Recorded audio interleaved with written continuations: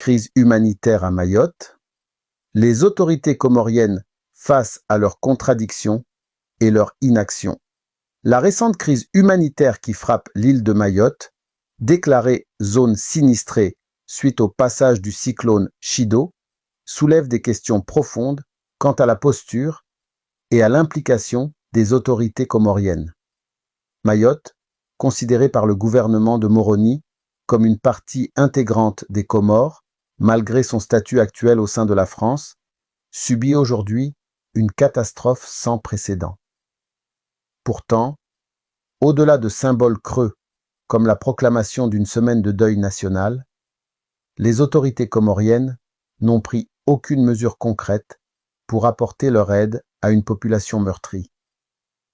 Cette inaction met en lumière un contraste frappant entre les besoins urgents des sinistrés et l'attitude détachée du pouvoir central. Un décret de façade sans action concrète.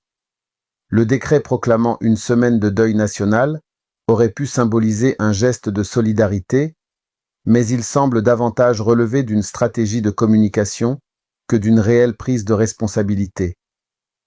Alors que les premières heures suivant une catastrophe sont cruciales pour le sauvetage des blessés et des victimes piégées sous les décombres, aucune initiative n'a été prise pour dépêcher des secouristes, des volontaires ou même des militaires sur le terrain. Les Comores disposent pourtant d'une jeunesse dynamique et de services capables, tels que les pompiers ou les forces armées, qui auraient pu intervenir en appui aux opérations de sauvetage. Pire encore, l'absence d'un plan d'acheminement d'eau potable, dans une région où les infrastructures sont déjà fragiles, témoigne d'une déconnexion flagrante avec les besoins élémentaires des populations sinistrées. Les autorités auraient pu, par exemple, réquisitionner les entreprises de production d'eau en bouteilles ou proposer un corridor humanitaire.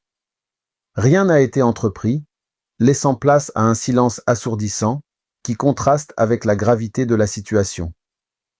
Une classe dirigeante insensible et préoccupée par des intérêts politiques. Alors que les habitants de Mayotte luttent pour leur survie dans une situation d'urgence totale, la classe dirigeante comorienne semble, quant à elle, absorbée par des préoccupations tout autres.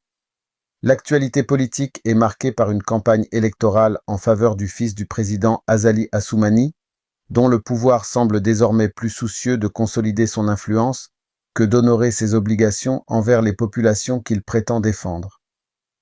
Les festivités et rassemblements politiques qui s'organisent dans une ambiance presque festive révèlent un cynisme choquant. Cette indifférence tranche brutalement avec l'état d'esprit de la population comorienne, qui manifeste, elle, une solidarité sincère et un profond désarroi face à la tragédie. Le contraste est tel que le décret proclamant le deuil national perd toute sa légitimité.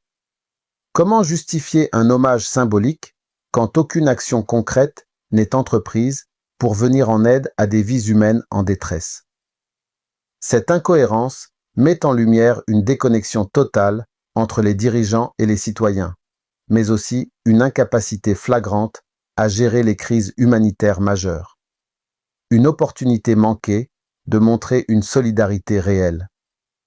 La catastrophe de Mayotte aurait pu être l'occasion pour les autorités comoriennes de démontrer une réelle solidarité envers une île qu'elles considèrent comme comorienne. En s'engageant concrètement, en déployant des volontaires, en fournissant des ressources ou en sollicitant des partenariats internationaux, les Comores auraient non seulement contribué à sauver des vies, mais également renforcé un lien historique et culturel, souvent mis en avant dans les discours politiques. Au lieu de cela, l'inaction du gouvernement a laissé place à un vide sidérant. Ce silence contraste avec l'urgence humanitaire et laisse une amertume profonde parmi les populations. L'heure n'était ni aux célébrations, ni aux calculs politiques, mais bien à une mobilisation nationale pour assister une île qui en avait désespérément besoin. Une solidarité populaire face à une élite déconnectée. Face à cette crise, c'est la population comorienne qui se distingue par son empathie et son désir de venir en aide à Mayotte.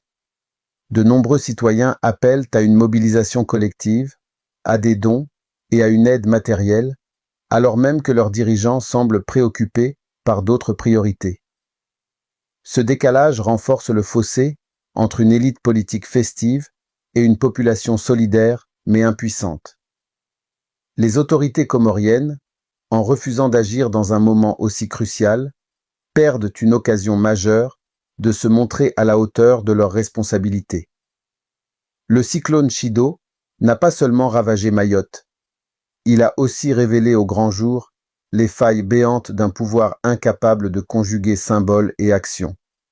En conclusion, entre symboles vides et incompétence manifeste, la crise actuelle à Mayotte appelle à une réflexion urgente sur le rôle des autorités comoriennes face aux catastrophes.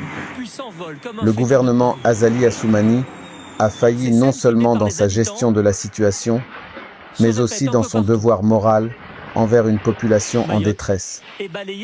Le simple fait de proclamer un deuil national ne suffit pas à effacer le silence coupable et l'inaction délibérée des autorités. À l'heure où Mayotte pense ses plaies, il est impératif que le pouvoir comorien se ressaisisse et prenne les mesures nécessaires pour témoigner d'une solidarité sincère et active envers ses concitoyens. L'histoire retiendra que, dans les heures les plus sombres de Mayotte, ceux qui auraient dû agir ont préféré se détourner, abandonnant ainsi une population à son sort.